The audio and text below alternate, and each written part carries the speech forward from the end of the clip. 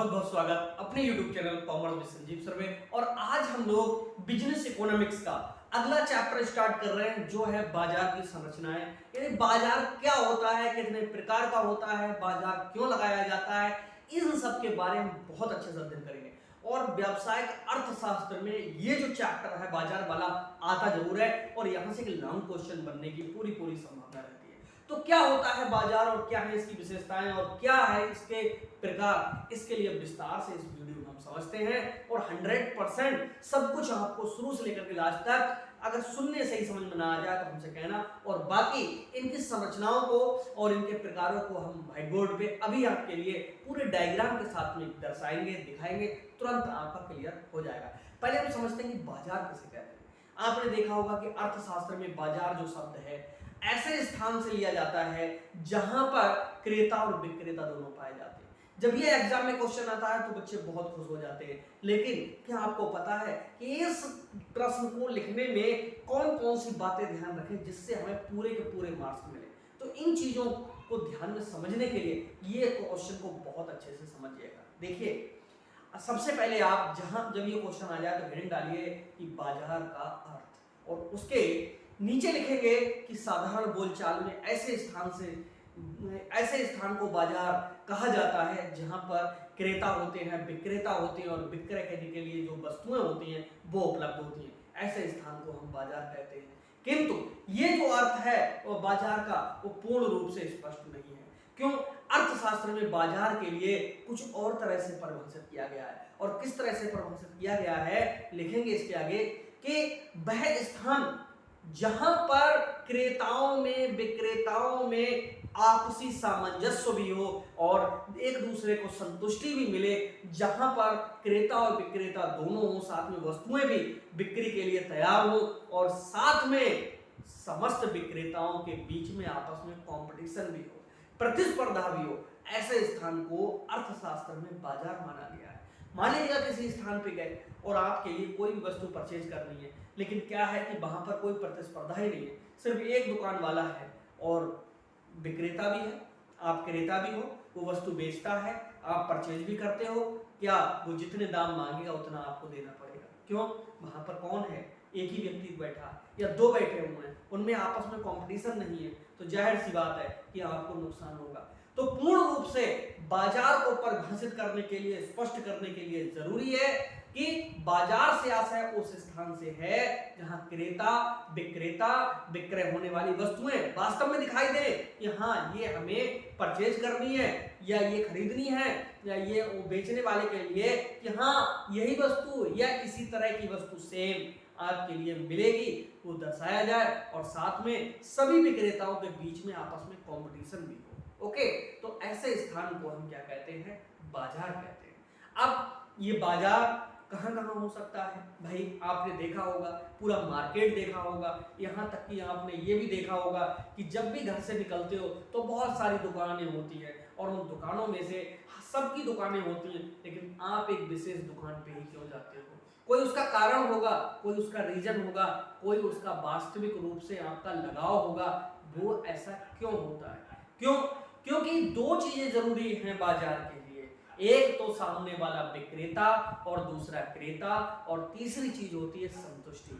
जहां पर संतुष्टि नहीं है और जहां पर कोई भी व्यापारी अपना माल तो बेच रहा है लेकिन व्यवहार नहीं बना रहा है, कैसे मार्केट बनेगा? क्योंकि एक बार कोई कस्टमर आ गया दोबारा आना ही नहीं चाहेगा, तो वो स्थान बाजार कैसे हो जाएगा? तो बाजार के लिए इन सब चीजों का होना बहुत जरूरी है। तो उम्मीद है कि बाजार का जो अर्थ है आपके समझ में आया होगा। और अब बाजार के प्रकार कौन कौन से होते हैं? देखिए, कई बेसों पर ये चीज क्लियर की गई है। कुछ लोग बताते हैं स्थानों के आधार पे, कुछ बताते हैं समय के आधार पे, कुछ बताते हैं सरकार के आदेशों के अनुसार, लेकिन आपको एक विशेष इन सब चीजों को हटा करके मैं आपको 18 से 20 प्रकार के बाजारों के बारे में बताता हूं। अगर दो 3 लाइनें लिखोगे तब भी आपका लॉन्ग क्वेश्चन बहुत अच्छे से तैयार हो जाएगा। तो आइए चलते हैं बोर्ड पर और समझते हैं बाजार के प्रकार। हम लोगों ने बाजार को समझा कि बाजार वह स्थान है जहां क्रेता विक्रेता और प्लस बिक्री होने वाली वस्तुएं और उनमें आपस में प्रतिस्पर्धा हो। ये हमारा क्या बाजार का अर्थ हो गया। अब हम बात करते हैं बाजार के प्रकार की। तो कौन कौन से बाजार के प्रकार हैं इनको हम समझते हैं। पहला बाजार है हमारा स्थानीय बाजार। स्थानीय बाजार किसे कहते हैं? वह बाजार जिसको हम लोकल मार्केट अंग्रेजी में कहते हैं। जैसे आपने देखा होगा कि पर डे आप जहां जाते हो, आपके घर के आसपास में जहां कहीं पर भी मार्केट लगता है, उस मार्केट को हम स्थानीय बाजार कहते हैं। और ऐसे बाजार में सब्जी बाजार हैं और जो दैनिक बाजार हैं, डेली यूज की जो वस्तु हैं वो सारी की सारी मिलती हैं। ऐसे बाजारों को हम स्थानीय बाजार कहते हैं। प्रांतीय बाजार हम जिसके लिए कहते हैं, प्रांतीय बाजार हम कहते हैं उन बाजारों के लिए जो एक निश्चित प्रांत तक सीमित होते हैं। जैसे आप लोग अगर दिल्ली में रह रहे हो तो दिल्ली की सीमाओं में ही वो बाजार का मतलब आप कर सकते हो, उससे बाहर वो लेन देन नहीं कर सकते हो। या आप यूपी में रह रहे हैं तो उत्तर प्रदेश के सीमाओं के अंदर अंदर जिस बाजार में लेन देन कर सकते हो, ऐसे बाजारों को हम प्रांतीय बाजार कहते हैं। एमपी का एमपी में, राजस्थान का राजस्थान में, बिहार का बिहार में। यानी कहने का मतलब है कि क्रेता और विक्रेता एक ही स्टेट के होंगे और उन्हीं के अंदर अंदर लेन देन होगा। ऐसे बाजार के लिए हम प्रांतीय बाजार कहते हैं। राष्ट्रीय बाजार किसे कहते हैं? देखिए, वह बाजार जो देश स्तर के अंदर अंदर हो, देश की सीमाओं के अंदर अंदर हो, इसे हम राष्ट्रीय बाजार, नेशनल मार्केट जिसके लिए हम कहते हैं। और ऐसे बाजार में जो लेन देन किया जाता है देश की सीमाओं के अंदर अंदर ही किया जाता है। यानी कोई भी वस्तु है वो एक्सपोर्ट नहीं की जा सकती, इंपोर्ट भी नहीं की जा सकती है, क्योंकि ये जो बाजार होता है ये प्रतिबंध लगाता है कि देश की वस्तुओं को ही देश के अंदर क्रय विक्रय किया जाए। अगला बाजार हमारा अंतरराष्ट्रीय बाजार, ये आयात निर्यात यानी इंपोर्ट एक्सपोर्ट री एक्सपोर्ट इससे संबंधित होता है। यानी दूसरे देश से जब हम माल मंगाते हैं तो वो हमारा आयात कहलाता है, दूसरे देश को हम जब भेजते हैं निर्यात कहलाता है, और एक देश से मंगा करके उसमें कुछ संशोधन करके दूसरे देश को सप्लाई कर देते हैं,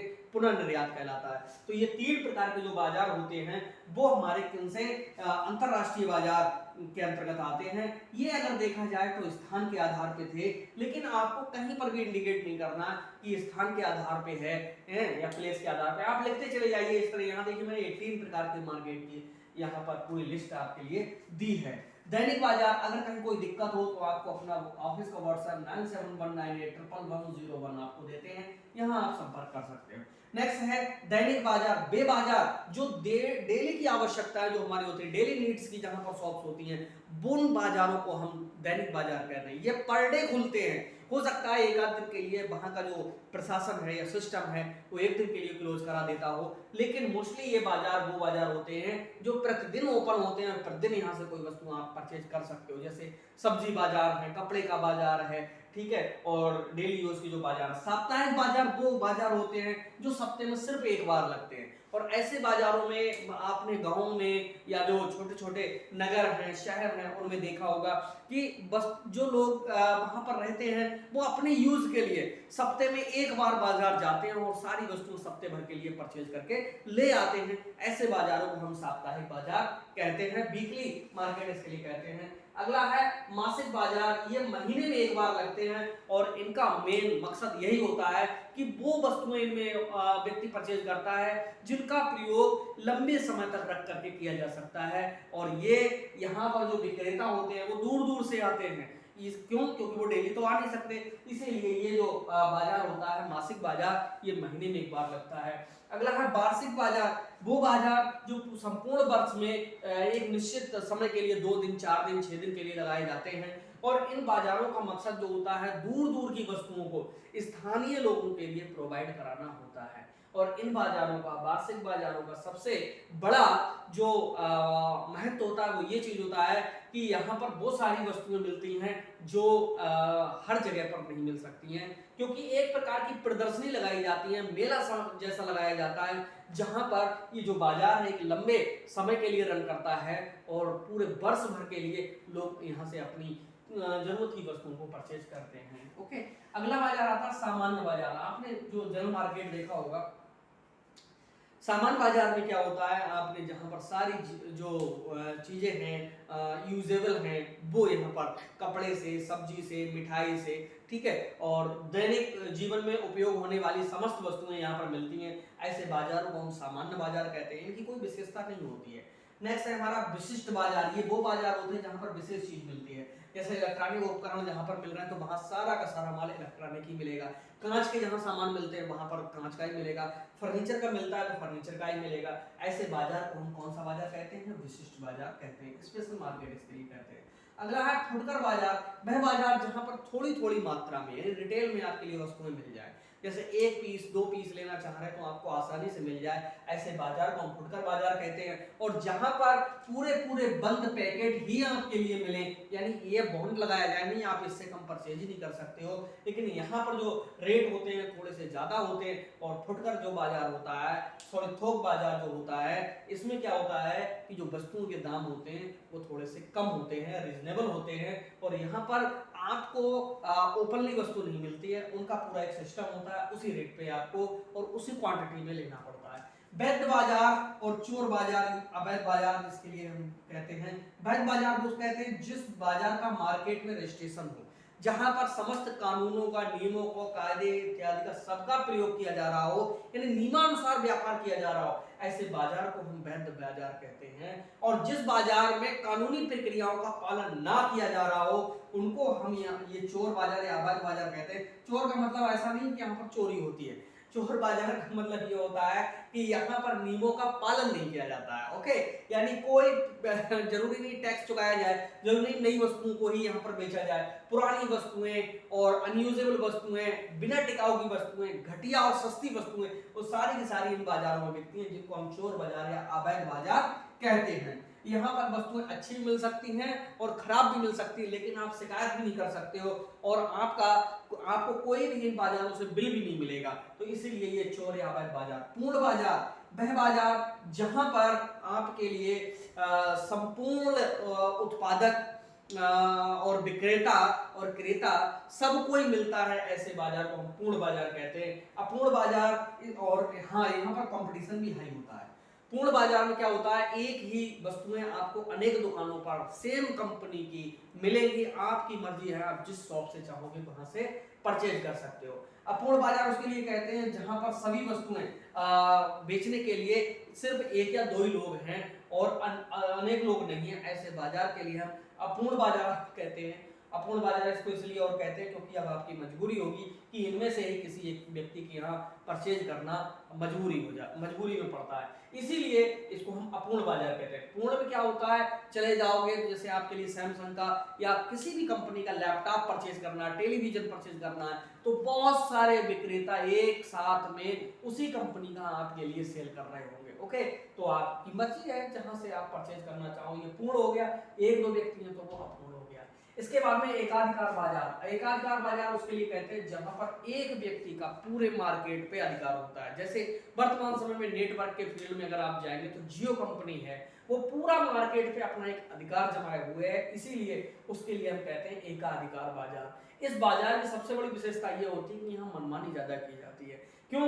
अदर जो उसके बैक में जो कंपनियां होती हैं वो इतना रोल प्ले नहीं कर पाती हैं, तो इसको हम एकाधिकार बाजार कहते हैं, यानी एक व्यक्ति का पूरे मार्केट पे होल्ड होना। अगला है हमारा सुपर बाजार, सुपर मार्केट। देखिए, जब एक ही व्यापार में, एक ही बिजनेस में हमारे जीवन की आवश्यकताओं की सारी वस्तुएं जिस दुकान पे मिल जाए, उस बाजार को हम सुपर मार्केट कहते हैं। इसमें खाने की, पीने की, ओढ़ने की, पहनने की, सोने की, चांदी की, ठीक है, कांच के सारे सामान आपको एक ही छत के नीचे मिल जाते हैं, इनको हम सुपर मार्केट कहते हैं। और प्राइस भी यहाँ पर ठीक ठाक होते हैं, और इस तरह से यहाँ जो लेन देन होता है पूर्ण रूप से वैध होता है। इनका एक अपना ऑफिस होता है, अलग अलग डिपार्टमेंट में बिजनेस को डिवाइड कर दिया जाता है जिससे ग्राहकों को सुविधा रहे। तो ये बाजार के प्रकार थे, कैसे लगे कमेंट करके जरूर बताइएगा। और ये जो चैप्टर है ये अभी पूरा नहीं हुआ है, बाजार की विशेषताएं, एक वीडियो इसके बाद और बनेगा,